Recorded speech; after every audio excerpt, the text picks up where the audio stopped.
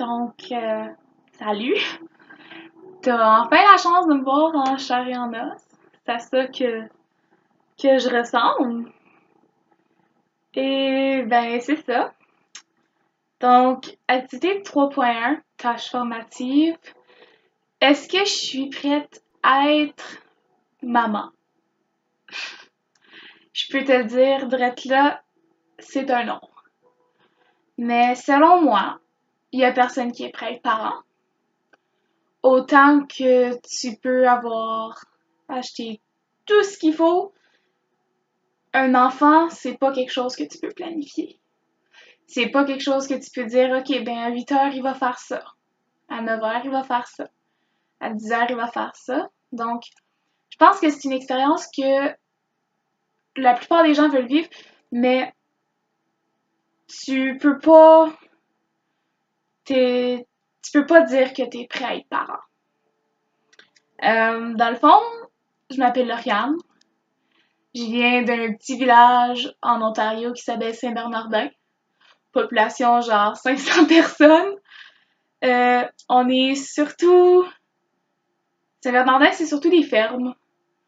Euh, j'ai la chance de venir d'un petit village comme ça. Puis je me trouve vraiment chanceuse parce que on dit souvent que ça prend un village pour élever un enfant. Que c'est pas quelque chose que tu peux faire seul, puis ça, je vais être d'accord avec ça. Euh, je viens d'un petit village justement où tout le monde se connaît, où on vient encore un petit peu à la traditionnelle, dans le sens où si tu as besoin de quelque chose pour faire ton gâteau, ou si tu as besoin de quelque chose en général, si tu te maries, toutes ces choses-là, tout le village est là. Tu te maries, tout le village est invité, puis je pense que j'ai la chance d'avoir j'ai la chance d'avoir eu la chance de vivre cette expérience-là. Euh, élever un enfant, c'est définitivement un engagement à vie. C'est pas juste les 18 premières années de sa vie, puis après ça, il part, puis il devient autonome. Comme on dit, on n'est jamais prêt à perdre un parent. Puis c'est quelque chose qui est tellement vrai.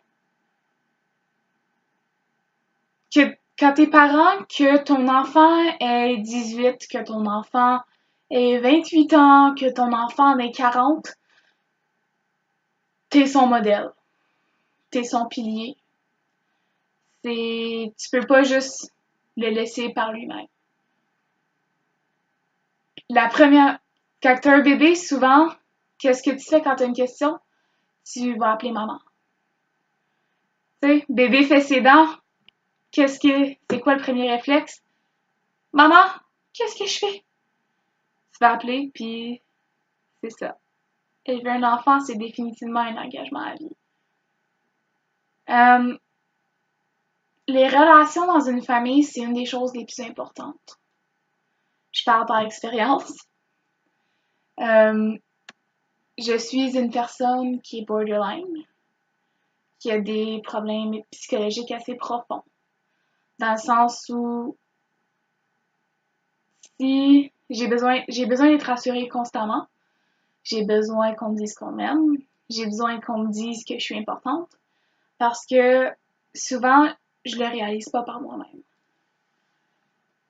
Donc, les relations dans une famille, c'est la base.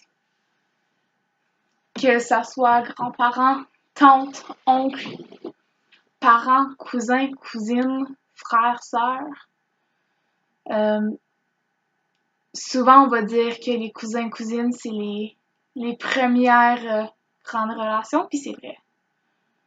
Je pense que c'est quand même les premiers contacts que tu vas faire, ta famille. Puis, pas avoir une bonne relation avec ta famille, ça veut un petit peu dire être laissé à soi-même. Puis, il n'y a jamais personne qui est vraiment prêt à être laissé par soi-même. Jamais. Vraiment jamais. Dans le fond, souvent, à l'adolescence, on va introduire la contraception aux jeunes femmes. je peux dire que moi, j'ai fait le tour, fait que je me connais là-dedans. J'ai eu le stérilet Mirena, que je peux dire que je peux conseiller, mais j'ai pas eu la meilleure expérience. Présentement, je prends ce qu'on appelle Depo-Provera, qui est une injection. Mais sinon, t'as plusieurs options. T'as la pilule, la micropilule, t'as l'injection, t'as la patch, puis t'as le stérilet. Quand tu veux prendre une forme de contraception, c'est important que t'en parles. Que tu fasses pas juste dire OK, ben moi, ça me tente pas de prendre une pilule, fait que je vais m'en aller tout de suite vers la patch ou tout de suite vers l'injection. Ça marche pas comme ça. Une méthode de contraception, faut que tu y penses, puis il faut que tu l'étudies. Parce que c'est pas parce que la pilule te fait bien toi qu'elle va forcément être super bonne avec une autre femme. La contraception, tout dépend de ton corps, tout dépend de tes hormones, tout dépend de toi. On est chacune faite d'une façon différente, puis c'est ça qui est magnifique. Élever un enfant, comme on dit, ça prend un village. Moi, personnellement, je suis beaucoup, beaucoup, beaucoup dans le, comment dire, dans le recyclage, I guess. Dans le fond, si je peux, tant qu'à y acheter une toute nouvelle crib, je cherche le mot, je suis pas capable de le trouver. Mais tant qu'à y acheter tout en neuf, je vais recycler, je vais aller chercher quelque chose d'usagé. Chez nous, qu'est-ce qui est magnifique, c'est que, je tiens à préciser, je suis enfant unique, mais on est quand même, on est 17 cousins-cousines chez nous, du côté de mon père. Du côté de ma mère, on est 3. Mais du côté de mon père, on a ça qui est magnifique. On a toutes eu la même basinette. Ma cousine la plus vieille, Marie-Frédérique, est rendue à 28 ans. Puis moi étant, ben je suis pas le bébé, mais je suis comme l'avant-dernier bébé. Mon cousin le plus jeune, après moi, qui a 16 ans, j'en ai 17. Juste pour te situer. Mais on a tous eu la même basinette. On se l'est passé un après l'autre. On a tous eu la même robe de baptême. Ma grand-mère a coupé une robe de baptême dans sa robe de mariée.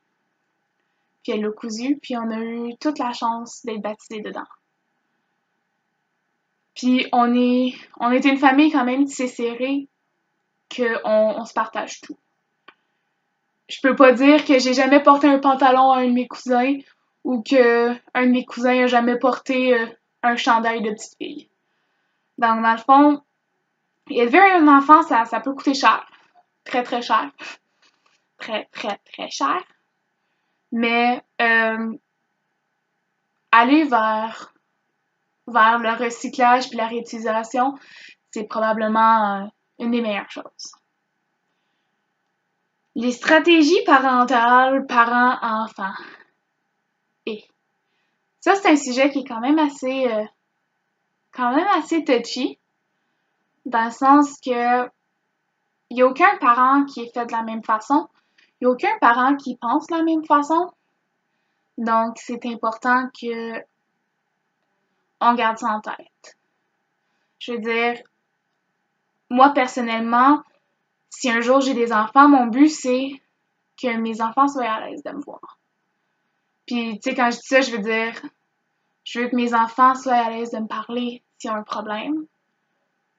Je veux que mes enfants, qu'ils soient homosexuels, transgenres, n'importe quoi, qu'ils m'en parlent. Parce que une maman, c'est fait pour ça. C'est fait pour rassurer quelqu'un. C'est fait pour aimer. Puis je pense que c'est surtout vers ça que je veux m'aligner si jamais un jour j'ai des enfants. Je veux l'ouverture d'esprit. Je veux l'amour inconditionnel, comme tout. Puis je veux qu'on n'ait pas peur de moi. J'ai envie que mon enfant se confie, que mon enfant pense à moi quand il en a besoin. Donc, c'est un petit peu ça. C'est pas mal ça que j'ai à dire sur mon projet 3.1. Donc, bonne soirée. Puis c'est ça. Au revoir.